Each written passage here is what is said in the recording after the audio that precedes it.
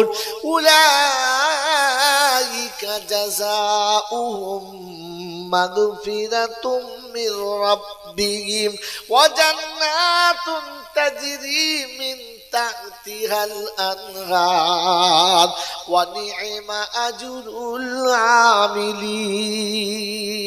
চতুর্থ পারায় সূরা আলে ইমরানের 132 নম্বর আয়াতে ডান দিকের পৃষ্ঠার উপর থেকে 4টে লাইনের নিচেতে আল্লাহ পাক শুনেছেন, ওয়াল্লাযীনা ইযা ফালু ফাহিশাতান আও যালামু আনফুসাহুম যাকারুল্লাহ। চুরি করেছে, মিথ্যা বলেছে, অন্যায় করেছে, জুলুম করেছে, অত্যাচার করেছে, জুয়া খেলেছে, তারি খেয়েছে, বিড়ি খেয়েছে, যত পাপ ছিল সব পাপ করেছে। হঠাৎ মনে পড়ে গেছে, রব্বানা যাদের জন্য পাপ করেছি এখন দেখি তারা কেউ রইল না।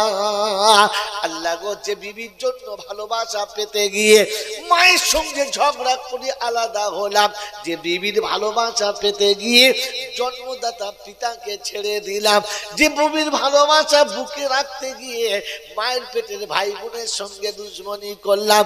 অমুসলমানের ছেলে, কি করে তুমি ভুলে গেলে? তুমি তো গরুর বাচ্চা না, ছাগলের বাচ্চা না, তুমি তো জন্তু জানোয়ারের বাচ্চা না। শিশুবেলায় ধুলোবালিতে খেলা করেছো দুজনা, একজন আরেকজনকে সাথে না নিয়ে খানা খেত না, ভাই ভাই বলে পাগল হয়ে যেত, ভাইকে ছাড়া ভাই কোথায় যেত না।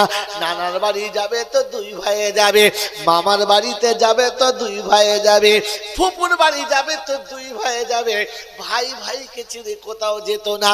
খাবে তো একসাথে, শোবে তো একসাথে, গোলা ধরে না শুনে ঘুম আসে না। ও মুসলমানের ছেলে, ভালোবাসা বিবির পেতে গিয়ে কি করি ওই ভাইটাকে ভুলে গেলে? তুমি তো আলাদা হয়ে চলে গেছো, আর একটা ভাই বিছানায় শুয়ে শুয়ে কাঁদে আর বলি, রব্বানা যে ভাই আমার সাথে ছাড়া খেত না, আমার পাশে ছাড়া শুতো না, আমাকে কাছে না নিয়ে শান্তি পেত না, আমার গায়ে ধুলো লাগলে ঝেড়ে দিত, আমি পড়ে গেলে কোলে নিত, আজ কি করে আলাদা হয়ে ঘুমিয়ে আছে বলো?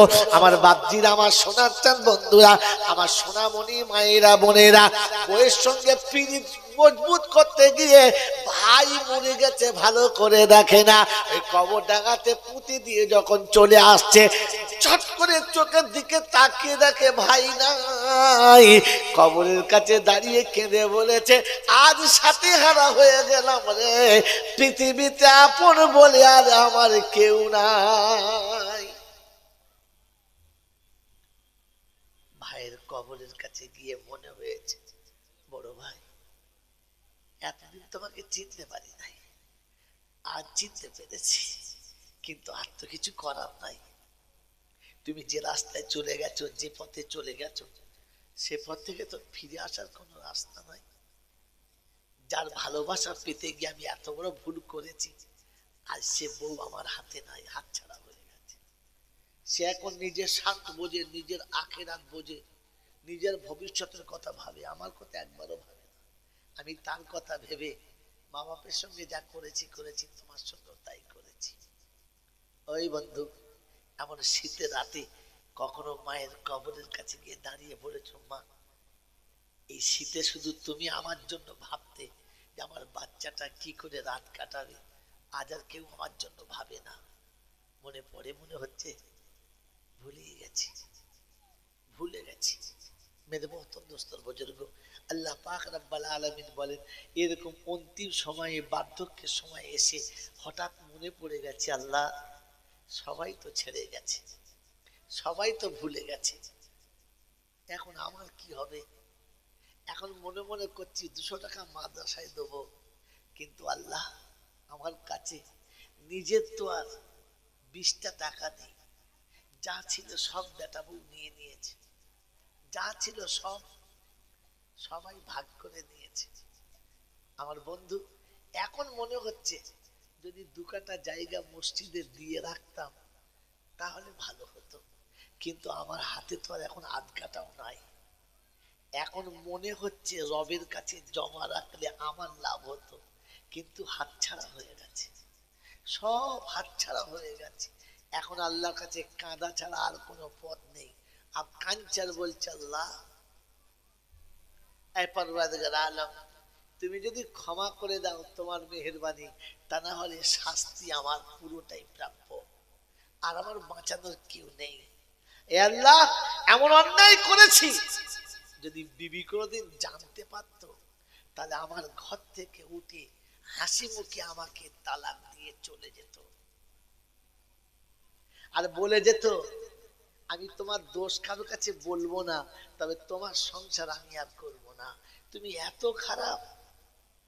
যদি আমার সন্তান জানতে পারতো তো নীরবে আমার হাত ছেড়ে দিয়ে যাওয়ার সময় বলে যেত, তোমাকে আব্বা বলতে ঘৃণা লাগছে, তাই তোমাকে বেইজ্জতি করব না, তবে জীবনে কোনোদিন আর তোমার মতো মানুষকে বাপ বলে পরিচয় দেব না।